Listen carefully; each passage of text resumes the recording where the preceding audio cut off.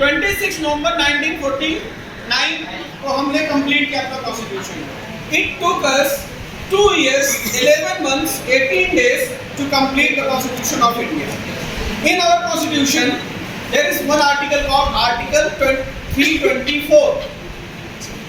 So article 324 to article 329 has the provision and procedure about conducting election, delimitation of seats in parliament as well as in state legislatures, and entire procedure how the election should be conducted. Following this, in 1950 itself, we have enacted Representation of People's Act, जिसमें seats का delimitation किया, लोकसभा विधानसभाओं कैसे seat होगी, कितनी seat होगी, population proportion के हिसाब से कैसे डिस्ट्रीब्यूशन होगा, वो हुआ। फिर से हमने 1951 में एक साल बाद ही representation of people act amend किया और उसमें electors, electoral roll, voting procedure, election commission of India, ये सब चीजें इंक्लूड किया। तो अब इलेक्शन कमीशन की ड्यूटी है कौन से इलेक्शन करवाना, पंचायत और municipal election. State conduct election for panchayat and municipal corporation only, उसका लोकसभा विधानसभा से कोई लेना देना नहीं होगा। दूसरी तरफ लोकसभा और Vidhan Sabha, Rajya Sabha, president of India, vice president of India, ये इलेक्शन करवाने की जिम्मेदारी इलेक्शन कमीशन ऑफ इंडिया की होती है। इनकी इलेक्टोरल रोल मतलब वोटर लिस्ट बनाने का काम भी इलेक्शन कमीशन ऑफ इंडिया का। इलेक्शन कमीशन में एडमिनिस्ट्रेटिव कन्वीनियंस के लिए चीफ इलेक्शन कमिश्नर एक होता है, बाकी सारे कमिश्नर तीनों समान हैं, 3 है, वो तीनों एक साथ ही है। ऐसा इलेक्शन कमीशन में चेयरमैन का प्रोविजन नहीं है, एक को जिसे प्रेसिडेंट अपॉइंट करते हैं, प्रेसिडेंट तीनों को अपॉइंट करते हैं, बट एक उनमें से जो सीनियर मोस्ट होगा उसको chief election commission administrative convenience के बना दिया है, तो कोई तो साइन करने के लिए चाहिए है। ये अपनी इलेक्शन मशीनरी है।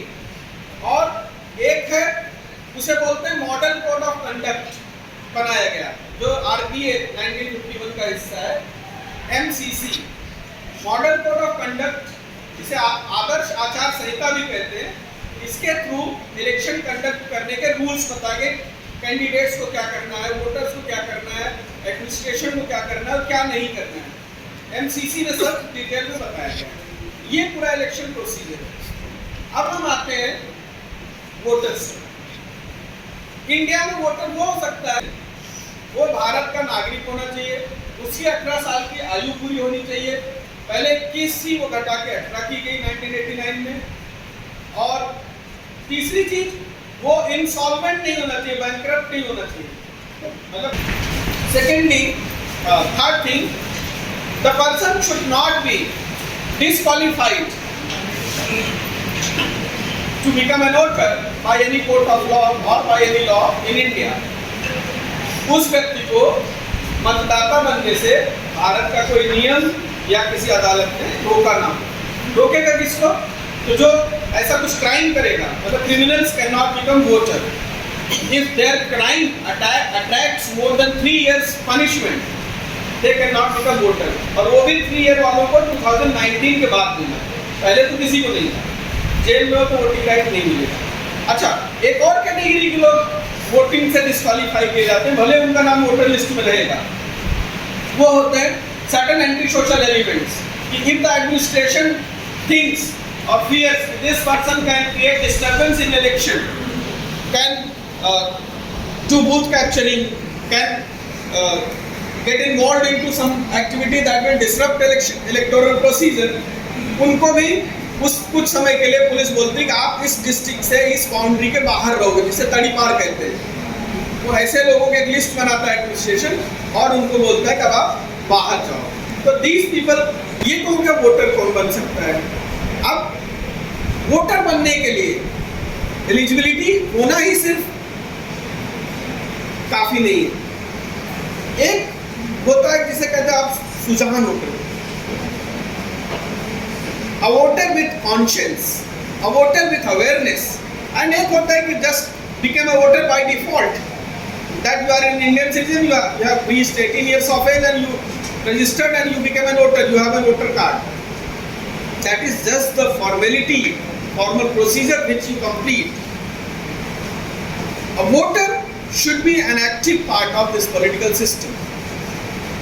आप वोटर अवेयरनेस इसलिए इस कंट्री में जरूरी है. आप लोग तो सर्टेनली पढ़ लिख रहे हो, अपने वोटिंग राइट्स के लिए बहुत अवेयर हो, एक्सरसाइज भी करोगे, बट दो बातें. एक तो उनको अवेयर करना है, those who do not exercise their right to vote, because as Martin Luther King has rightly said, the ultimate tragedy is not the brutality of bad people, but the silence of good people. जो tragedy है हमारी मानवता की, वो बुरे लोग हैं इसलिए वो ट्रेजेडी नहीं है.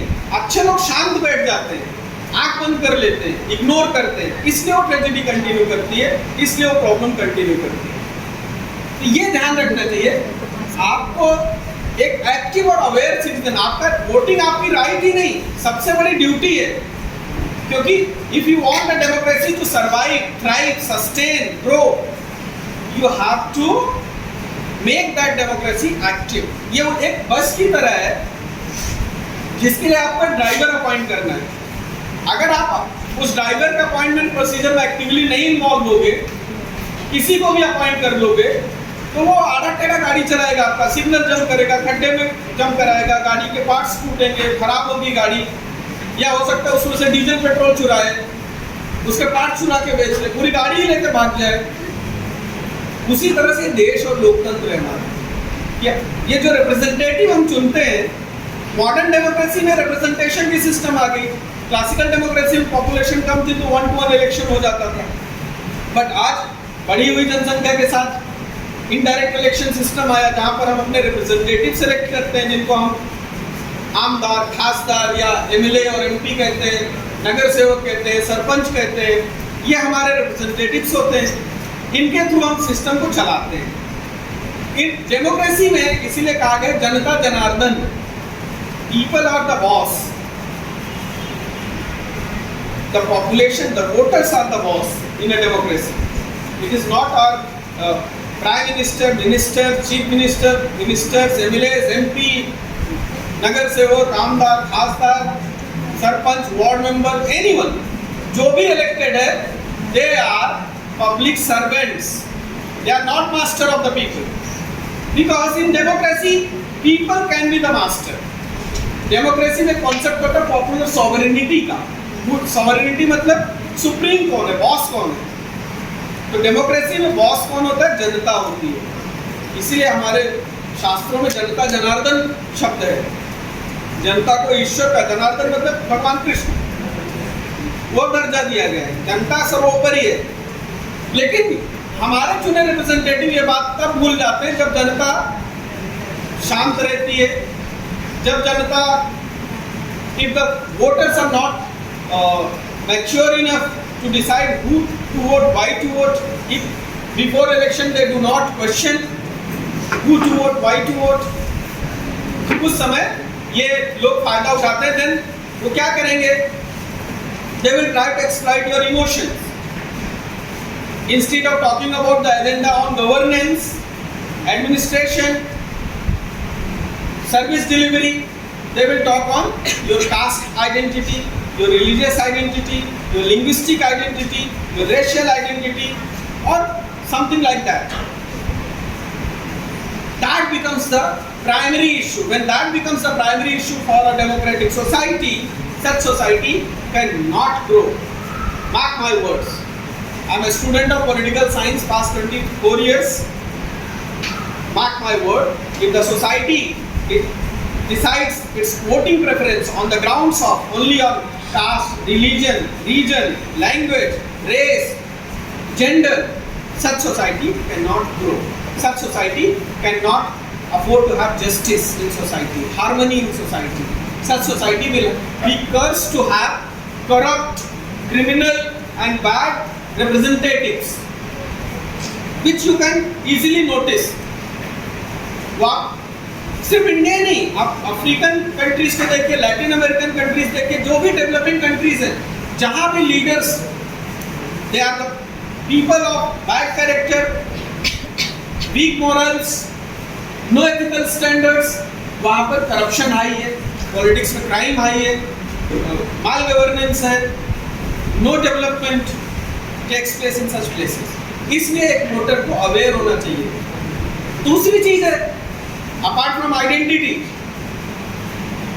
वी गेट लर्न, हम लालच में आते हैं। इंडिया में बहुत बड़ा तबका एक ऐसा जो पैसे लेकर वोट करता है। ये पैसे लेकर वोट करना अपने कैरेक्टर को सेल करने के बराबर है, क्योंकि आप डेमोक्रेसी जो आपकी है आप उसे सेल कर रहे हो। If you are selling your democratic right, after election you wouldn't have any right to complain, to question your representative. ये ऐसे क्यों काम कर रहा है, ये तो सुनता ही नहीं, ये तो मिलता ही नहीं, ये तो करप्ट आदमी है। आपने ही तो चूज कर दिया। इसलिए डेमोक्रेसी, अगर आपकी कंट्री में आपके representative, if the people your rulers are bad, then you are certainly not good, mark my word, क्योंकि रिप्रेजेंटेटिव्स आर आवर रिफ्लेक्शन। इसके लिए वोटिंग राइट्स पर अवेयरनेस होनी चाहिए कि वन मस्ट गेट रजिस्टर्ड। सबसे पहले we educated people should facilitate. आज बहुत सारा ऑनलाइन सिस्टम आ गया है, स्वीप के through, election commission of India mobile app से, ऑनलाइन वोटिंग से, बूथ लगा के कॉलेजेस में कैंपेन करके रजिस्ट्रेशन कर रही है। आप एनएसएस के वॉलंटियर्स रजिस्ट्रेशन ड्राइव को चलाते हैं।